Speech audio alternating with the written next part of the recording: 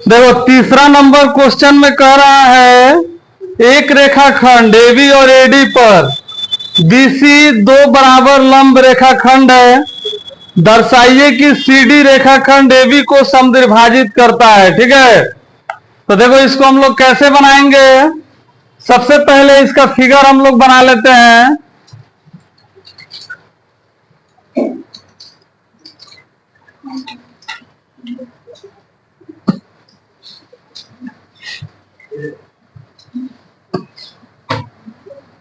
देखो इसका नाम है ए बी, इसका नाम है सी डी ना।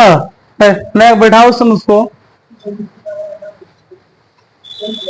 बताओ थोड़ा थोड़ा। देखो इसमें हम लोगों को क्या दिया हुआ है, सबसे पहले उसको समझते हैं, अभी लिखना नहीं है तुम लोगों को। दिया गया है कि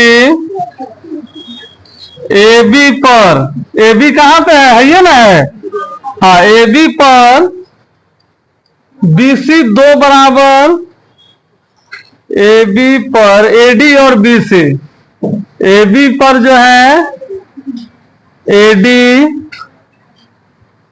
और बीसी, बीसी देखो एडी है यहाँ पे और बीसी यहाँ पे है, दो बराबर लंब रेखाखंड है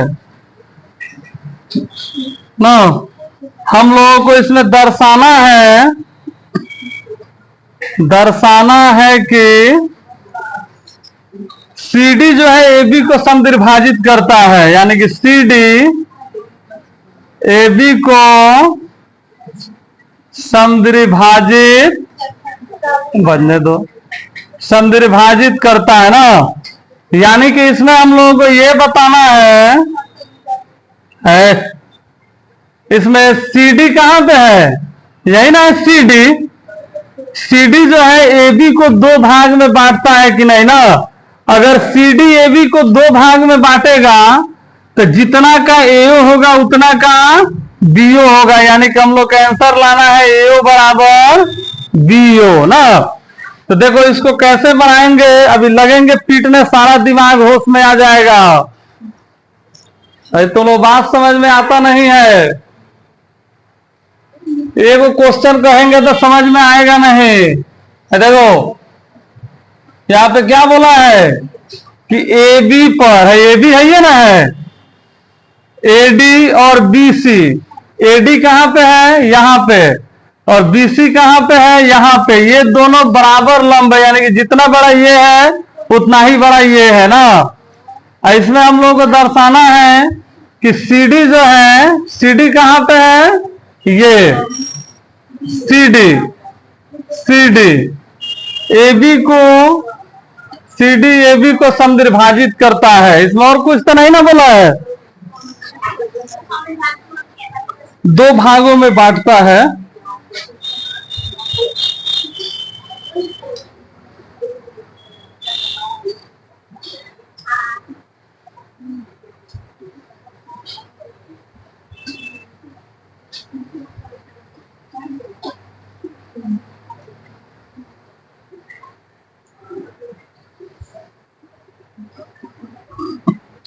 देखो इसको हम लोग कैसे बनाएंगे।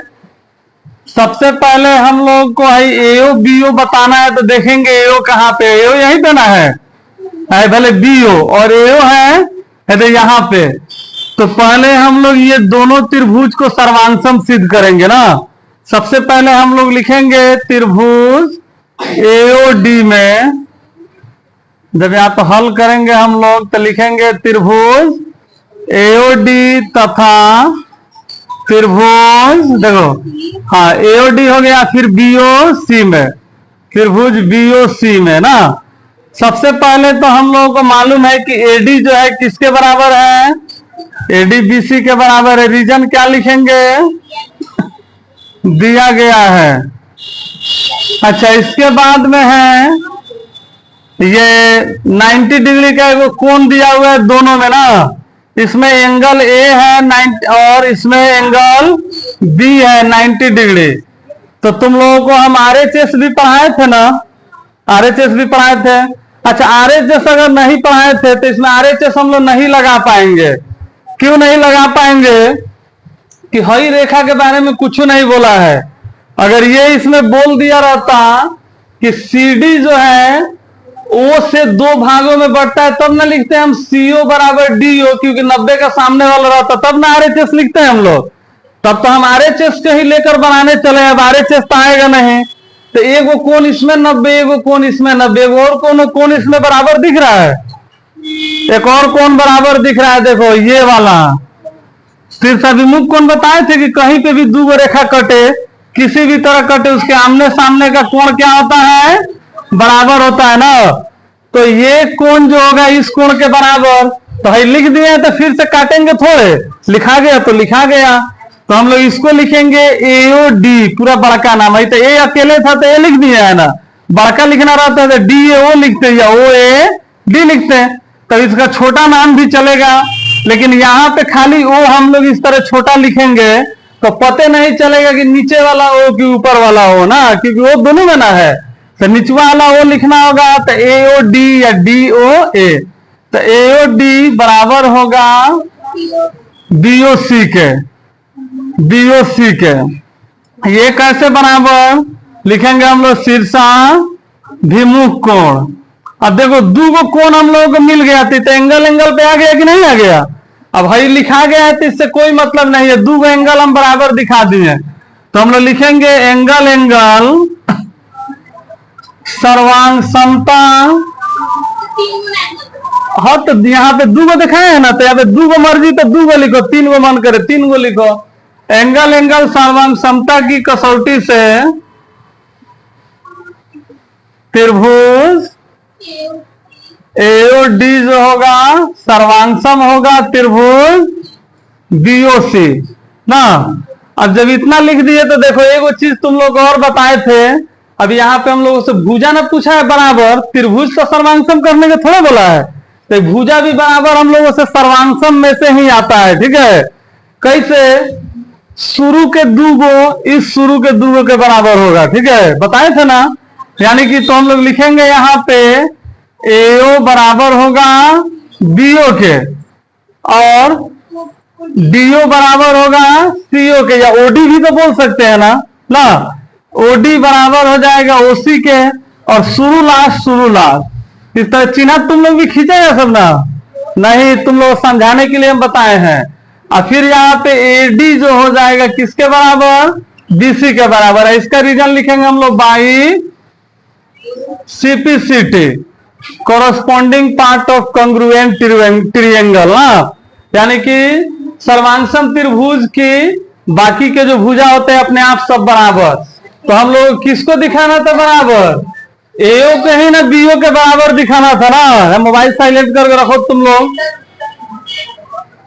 तो यहाँ पे हम लोग लिख देंगे, हम लोग को इसी को ना जरूरत है, तो हम लोग लिख देंगे यहाँ पे या एओ बराबर हो जाएगा बीओ। आ गया कि नहीं आ गया? प्रूव। तो हम लोग लिख देंगे यहाँ पे हाँ सीडी रेखा एबी को दो भागों में समद्विभाजित करता है। अब जैसे देखो तुम लोग यहाँ पे हम लोग भुजा के बारे में बोला है ना। अगर एंगल के बारे में अगर पूछा रहता, देखे तो ध्यान से तुम लोग, अगर बोला रहता कि बताइए डी के बराबर है कि नहीं है, फिर उधर उधर देख रहा है सब, क्वेश्चन तुम लोग को बन गया। अगर हम लोग को बोला रहता कि डी सी के बराबर है कि नहीं, तो इसका भी रूल है, जिस तरह भी हम लोग यहाँ पे लिखे हैं ना, ये नहीं लिखकर हम लोग लिखते जो पहला ए है ये ना है, एंगल ए बराबर होता है एंगल बी का, तो ये तो बराबर है ये है।